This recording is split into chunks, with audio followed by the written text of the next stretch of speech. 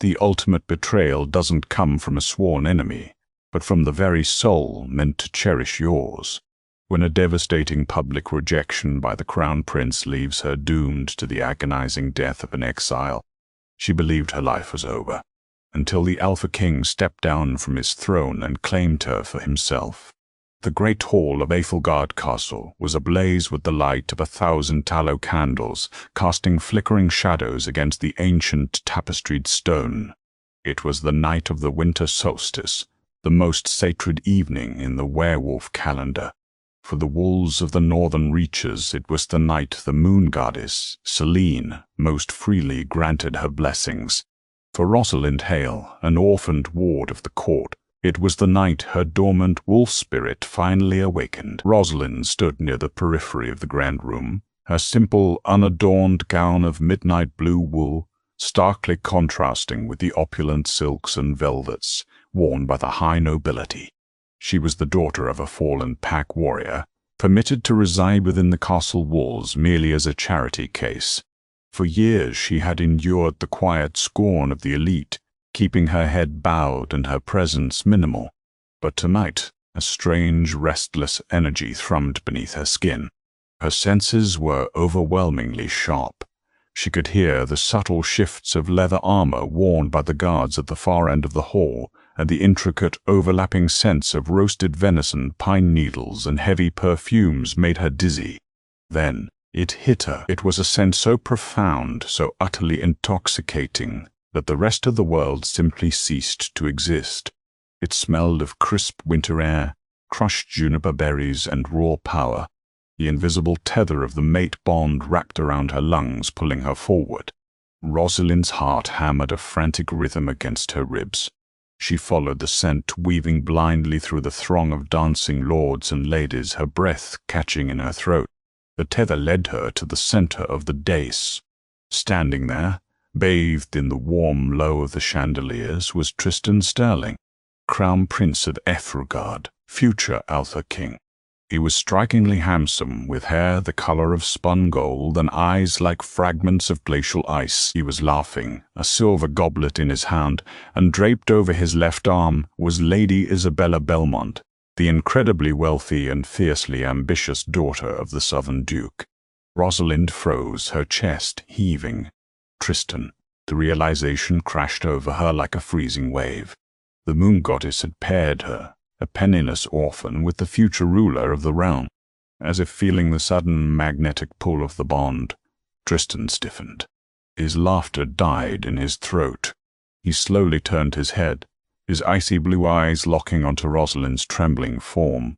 For a fraction of a second, Rosalind saw the recognition flare in his gaze, the undeniable, instinctual widening of his pupils as his inner wolf recognized its other half. But the recognition was instantly swallowed by a shadow of profound disgust. Tristan thrust Isabella's arm away and descended the 2 small steps from the dais, striding toward Rosalind. His movements were rigid, his jaw clenched so tightly a muscle ticked in his cheek. He stopped mere inches from her. Up close his scent was overwhelming, a siren song to her newly awakened wolf, begging her to submit, to press her neck in absolute surrender. "Tristan," Rosalind breathed, the name slipping past her lips involuntarily. "Do not speak my name so informally, beggar," Tristan hissed, his voice pitched perfectly so only the 2 of them and the eavesdropping aristocrats nearest to them could hear. Rosalind recoiled as if struck. "The bond, the Muln," she whispered, confusion and sudden terror warring in her chest. "You feel it. I know you feel it." "What I feel," Tristan sneered, his eyes raking over her threadbare dress with unvarnished contempt, "is a cruel joke orchestrated by a blind goddess. I am the crown prince of the most powerful pack in the hemisphere. I am destined to unite the northern and southern territories. My mate must be a queen. She must have armies, wealth, and pure, untainted blood." He leaned in closer, his words laced with venom. "Not a nameless stray who sweeps the armory floors." Tears pricked Rosalind's eyes, but a sudden surge of defensive anger forced her chin up. "You cannot deny the will of the moon." "Watch me," Tristan replied coldly. By now the commotion had drawn the attention of the hall. The musicians faltered, their melodies trailing off into an awkward, suffocating silence. Hundreds of eyes turned toward the prince and the lowly ward. Lady Isabella Belmont stepped forward, a triumphant, cruel smirk playing on her painted lips as she moved to stand just behind Tristan's shoulder. "Tristan, what is the meaning of this?" The voice that boomed through the hall did not belong to Isabella. It was deep, resonant, and carried the undeniable, earth-shaking authority of the Alpha King. King Alistair Sterling descended from his high throne. He was a man composed of rugged edges and lethal grace. Even approaching his 40th year, the Alpha King was a towering, heavily muscled behemoth of a man. His dark hair was threaded with silver at the temples, and a faded, jagged scar ran down the left side of his face, a testament to the brutal wars he had fought to secure their borders. Tristan didn't even look at his father. His eyes remained locked on Rosalind, filled with a terrifying resolve. "I am correcting a mistake, father," Tristan declared, his voice ringing out loudly for the entire court to hear. Rosalind's wolf whimpered inside her mind, threshing in a sudden panic. No, please, no. To be rejected by a mate was not merely a social disgrace. It was a physical tearing of the soul. For a newly awakened wolf, the shock could be fatal. "Tristan, stop," Rosalind pleaded, dropping all pretense of pride. She reached out, her fingers brushing the velvet of his tunic. He slapped her hand away violently. "I, Tristan Arthur Sterling, Crown Prince of Ethelgard," he boomed, the ancient, ritualistic words carrying a devastating weight, "do hereby reject you, Rosalind Hale, as my fated mate. I sever the tie. I deny the bond. You are nothing to me." The words struck her like physical blows. Rosalind screamed. It was a harrowing, guttural sound of pure, unadulterated agony. It felt as though a serrated blade had been plunged into her chest and violently twisted, ripping her heart in two. She collapsed to the cold stone floor, clutching her chest, gasping for air that suddenly felt like shards of glass in her lungs. Blood dripped from her nose, spotting the ancient floorboards, a physical manifestation of her soul tearing. Around her the court erupted into whispers, but no one moved to help her. A rejected mate was a cursed thing. To touch her was to invite the wrath of the goddess. Tristan looked down at her writhing form, his expression entirely devoid of pity. He turned on his heel, offering his arm back to Isabella. "Come, my lady," he said loudly. "The air in here has grown foul." The agony was a living, breathing entity gnawing at Rosalind's bones. Dragging herself by her bleeding fingernails, she managed to escape the suffocating stairs of the great hall, stumbling out into the freezing courtyard. The snow was falling heavily now, coating the castle grounds in a thick, indifferent blanket of white. Rosalind collapsed against the base of the ancient weir tree in the center of the courtyard, her breaths coming in shallow, ragged gasps. Every beat of her heart sent a wave of excruciating pain through her nervous system. Without the anchor of the mate bond, her newly awakened wolf was turning on itself, dying from the rejection sickness. She had perhaps a few hours before her heart gave out entirely. She curled into a ball on the frozen earth, waiting for the end. She thought of her father, a brave warrior who had died defending this very pack, leaving her to the mercy of a prince who possessed none. Crunch, crunch, whir. Heavy boots crushed the snow. The footfalls were slow, deliberate, and carried an immense weight.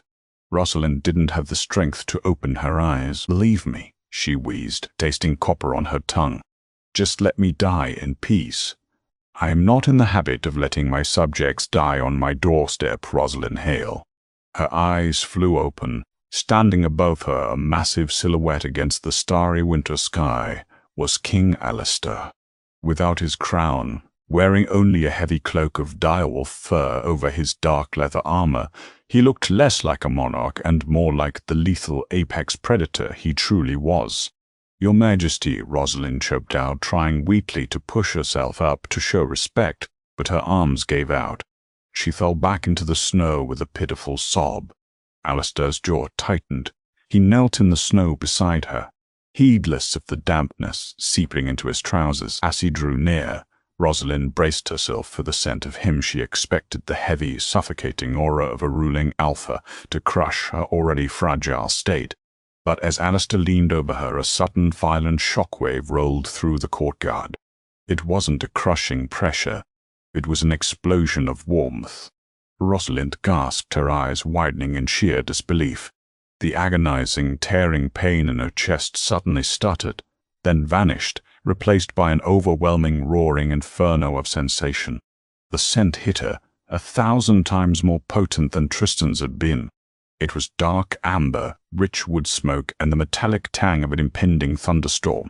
It bypassed her logical mind and went straight to the deepest, most primal core of her soul. Her inner wolf, which had been dying just seconds prior, suddenly roared back to life, clawing at her consciousness with a singular, desperate demand. "Mud!" Alistair froze. The legendary Iron Wolf, a man who had not flinched in the face of thousands of enemy swords, looked utterly paralyzed. His dark, storm-grey eyes locked onto Rosalind's. The pupils swallowed his irises entirely, turning his eyes pitch black. A low, thunderous growl vibrated in his chest, a sound of absolute possessive claiming. How? Rosalind thought wildly, her mind spinning. It was an ancient legend, whispered only by the oldest pack elders. A false echo. Sometimes when a wolf's true mate was an older, vastly powerful alpha, the moon goddess would use the alpha's bloodline, his offspring, as a magnetic pull to bring the true mates together. Tristan had merely been a genetic beacon, a cruel but necessary stepping stone to bring her to the man she was actually meant for. Alistair's voice was completely transformed. The polished, commanding tone of the king was gone, replaced by the raw, rough gravel of a dominant wolf who had just found his missing half. He reached out, his massive, calloused hand gently cradling her cheek. His touch was like a brand, sending sparks of electricity skittering across her freezing skin.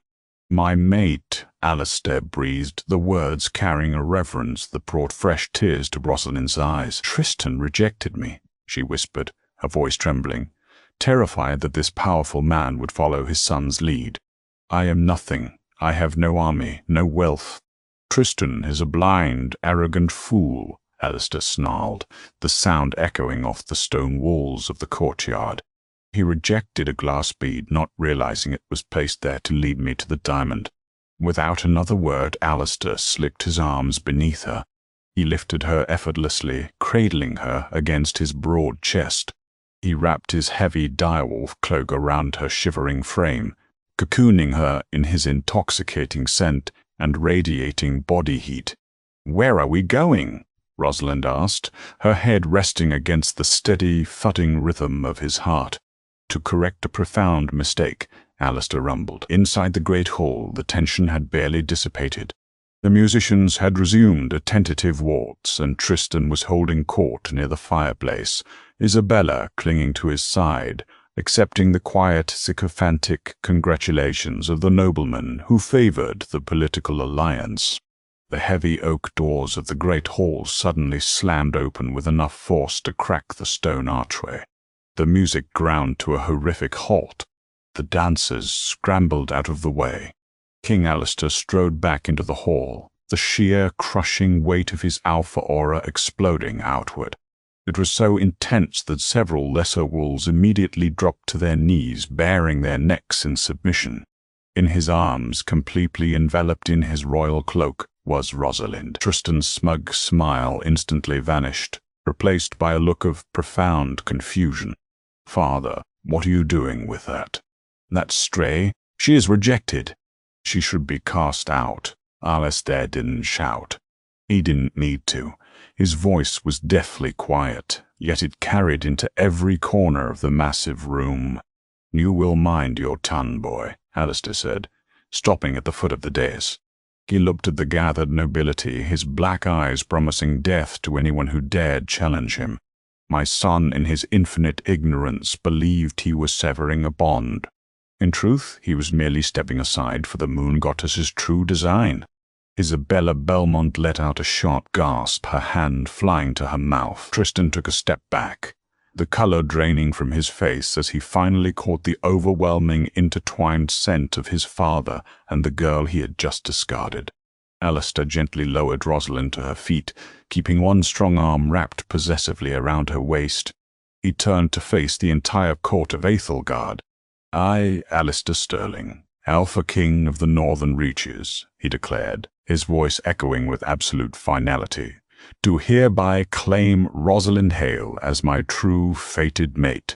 He turned his piercing gaze toward his son, a cruel, triumphant smirk playing on his scarred face. "Thou, Tristan, bow to your new queen." "Nothing's more." The silence in the great hall following King Alistair's decree was absolute, broken only by the crackle of the hearth and the ragged, panicked breathing of Crown Prince Tristan. He had expected to discard Rosalind Hale like a broken toy, a footnote in his glorious ascension to power. Instead, he found himself staring at the floor, his knees trembling under the crushing, oppressive weight of his father's alpha command, forcing his body into a physical bow. Beside him, Lady Isabella Belmont was equally immobilized, her face pale with shock and suppressed fury. Alistair did not linger to revel in his son's humiliation. He turned, his arm a secure band of iron around Rosalind's waist, and escorted her out of the suffocating public eye, flanked by the stoic royal guard, led by the fiercely loyal Captain Jonathan Rhys. The transition from a nameless ward to the Lunar Queen of Aethelgard was staggering. Rosalind was moved from her drafty attic room into the lavish royal chambers, a sprawling suite of rooms draped in heavy furs and rich tapestries. Here, away from the prying eyes of the court, the true depth of the fated mate bond took hold. Alistair, the fearsome iron wolf who had waged ruthless wars and conquered rebellions, treated her with a tender, almost religious reverence. During the sacred mating ceremony held under the next full moon, Alistair officially marked her as his fangs pierced the juncture of her neck and shoulder. A rush of pure golden energy flooded Rosalind's veins. The lingering sickness from Tristan's rejection was completely eradicated, replaced by the thrumming ancient power of the royal bloodline. Her inner wolf, once a timid, neglected thing, blossomed into a magnificent creature of silver and moonlight. She was no longer just Rosalind Hale. She was the spiritual anchor to the most powerful man in the realm. However, a king cannot claim a stray without consequences, and the political landscape of Aethelgard began to violently fracture. Duke Richard Belmont, Isabella's father and the wealthiest landowner in the southern territories, was incensed. The Belmonts had spent a fortune buying the loyalty of the High Lords, orchestrating Isabella's pairing with Tristan to ensure their bloodline would sit on the throne. Now a penniless orphan wore the crown. In the shadowy, damp cellars beneath the Belmont estate, treason was brewing. "Your father has made a mockery of our ancient laws," Duke Richard spat, slamming his heavy fist onto a wooden table scattered with maps and parchment. His eyes, cold and calculating, locked onto Tristan. "He favors a peasant girl over the stability of his kingdom. He is weak, Tristan. The mating bond has clouded his judgment and softened his fangs." Tristan paced the cellar, his handsome face contorted into a mask of bitter resentment. His pride, already bruised by Rosalind's rapid elevation, was suffering further blows. Everywhere he went in the castle, he felt the judging eyes of the pack. The whispers followed him like ghosts, the prince who threw away a queen. Even his own inner wolf was deeply unsettled, punishing him for attempting to sever a connection ordained by the moon goddess, even if it had only been a false echo meant for his father. "He publicly humiliated me, Richard," Tristan hissed, pouring himself a generous cup of strong wine. "He forced me to bow to the woman who used to wash my linens. My loyalists in the military, men like Commander Harrison and Lieutenant Davies, are questioning my strength. If she bears him a son, Tristan paused, a dark, venomous look crossing his face. If she gives him a new heir, my claim to the throne is entirely void. Lady Isabella stepped out from the shadows, her silk gown rustling against the stone floor. Then we must ensure she never gets the chance, my love, she purred, tracing a finger down Tristan's arm. The spring equinox is approaching. The king will lead the traditional hunt in the Blackwood. Pardon the deep northern forests of the Whispering Pines. It is rugged terrain, treacherous. Accidents happen to even the most seasoned hunters. Duke Richard nodded slowly, a sinister smile creeping onto his face. Captain Jonathan Rhys is fiercely loyal to Alistair, but Rhys cannot be everywhere at once. I will supply you with a detachment of my elite southern mercenaries. They are loyal to my coin, not to the crown. When the king and his new fragile Luna are separated from the main hunting party, we strike. Tristan looked at his hands, contemplating the ultimate sin of a werewolf, patricide. To kill one's own alpha and father was an act that defied the very laws of nature. But the poisonous whisper of ambition, fueled by his bruised ego, drowned out his conscience. Make the arrangements, Tristan commanded, sealing his dark fate. By the end of the equinox, I will be the Alpha King, and Rosalind Hale will be nothing but a memory buried in the snow. The Whispering Pines were a dense, ancient labyrinth of towering evergreens and jagged ravines, blanketed by the last stubborn snows of winter. The spring equinox hunt was meant to be a celebration of life returning to the earth, a time for the pack to run freely in their wolf forms. Rosalind rode beside Alistair on a massive black stallion, a silver-white direwolf cloak keeping the biting wind at bay. She felt a profound sense of peace. The court, managed efficiently by the strict but fair Lady Margaret Davies, had finally begun to accept her, largely because of the undeniable prosperity that had blanketed the kingdom since the king found his mate. But as the hunting party ventured deeper into the woods, a foul metallic scent drifted on the wind. Alistair's stallion suddenly reared, sensing the danger before the riders did. The king's head snapped toward a dense thicket of pines. His eyes, usually a calm storm gray, instantly bled to pitch black. "Ambush!" Alistair roared, his voice carrying the sonic force of a physical blow. "Protect the Queen!" Before Captain Rhys and the Royal Guard could tighten their formation around Rosalind, a volley of silver-tipped arrows rained down from the canopy. Several guards fell, their armor useless against the lethal enchanted metal. From the shadows of the trees, dozens of mercenaries, clad in unmarked dark leather, poured out, drawing wicked silver-laced blades. And leading them, his golden hair catching the pale sunlight, was Tristan. "Tristan!" Alistair bellowed, leaping from his horse. Mid-air, the king's body violently contorted. Bones cracked and reformed in a fraction of a second. He hit the ground not as a man, but as a monstrous, midnight black direwolf, easily the size of a carriage. The Iron Wolf had been unleashed. The battlefield erupted into chaos.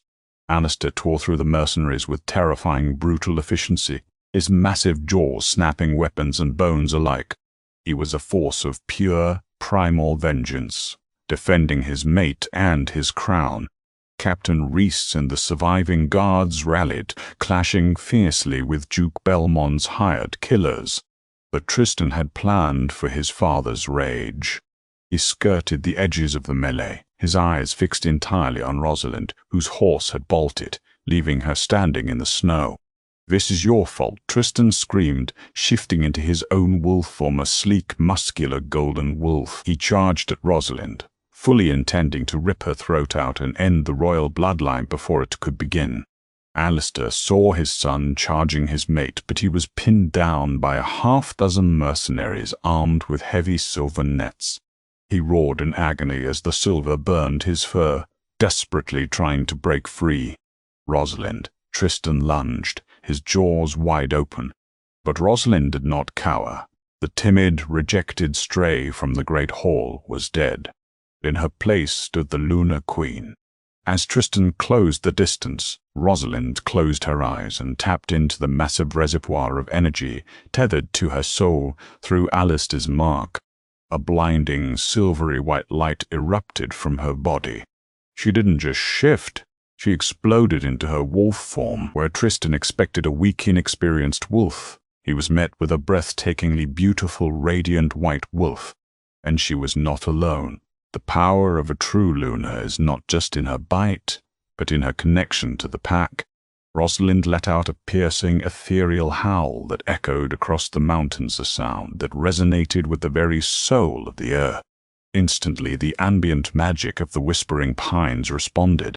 The very roots of the trees seemed to shift, and the mercenaries suddenly found themselves disoriented, their senses overwhelmed by the blinding aura of the Luna. Tristan hesitated, his golden wolf faltering at the sheer, unexpected dominance radiating from the woman he had discarded. That single second of hesitation was all Alistair needed, tearing through the silver nets with a roar of pure, adrenaline-fueled fury. The giant black wolf vaulted over the fray and slammed into Tristan. The clash of alpha and son was violent, but brief.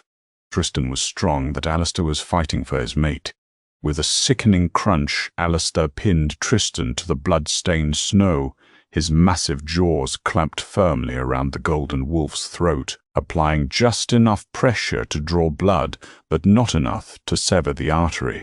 The remaining mercenaries, seeing their leader defeated and terrified by the wrath of the Iron Wolf, dropped their weapons and surrendered to Captain Rice. Duke Richard Belmont, who had been watching from a safe distance, tried to flee on horseback, but was swiftly intercepted and dragged back in irons by the royal guards.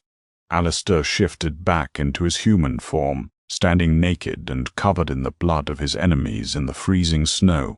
He didn't care about the cold. He looked down at Tristan, who had also shifted back, clutching his bleeding throat, his eyes wide with terror and defeat. "You are no son of mine," Alistair said, his voice dropping to a terrifying, deadly whisper. "You have broken the sacred laws. You have attempted to murder your king, your father, and your Luna. By all rights, I should execute you where you lie."